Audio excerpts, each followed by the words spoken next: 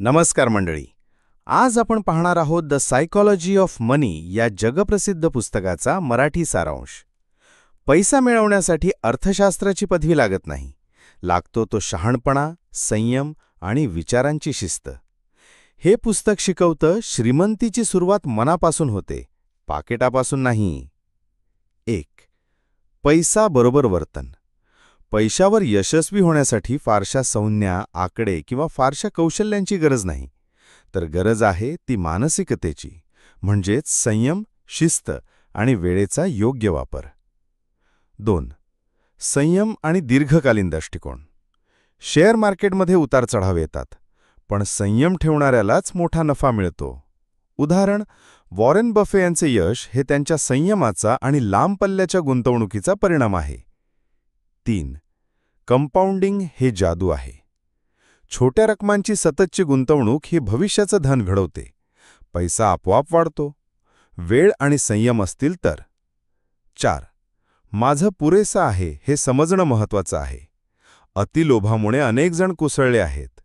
पैशाची गरज आणि पैशाचा हव्यास यात मोठा फरक आहे. कधी थांबायचं हे समजणं हेच खरं शहाणपण. 5. तुमचा अनुभव म्हणजेच तुमचा दृष्टिकोन. पैशाविषयी प्रत्येकाची समज वेगळी असते.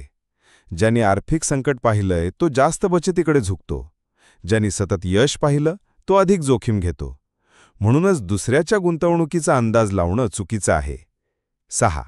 नशीब आणि जोखीम दोन्ही वास्तव आहेत. यशस्वी होणं हे पूर्णपणे प्रतिभेचं नसतं.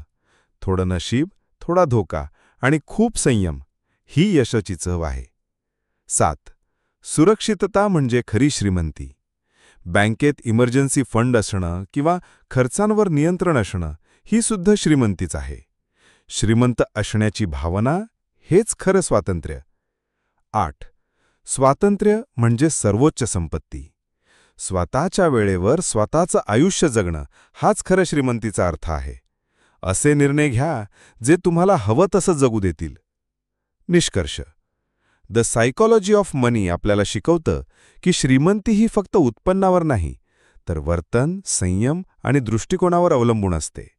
जर तुम्हाला हे शिकणं आवडलं असेल तर लाईक द्या, कॉमेंट करा आणि तुमच्या मित्रांबरोबर शेअर करा.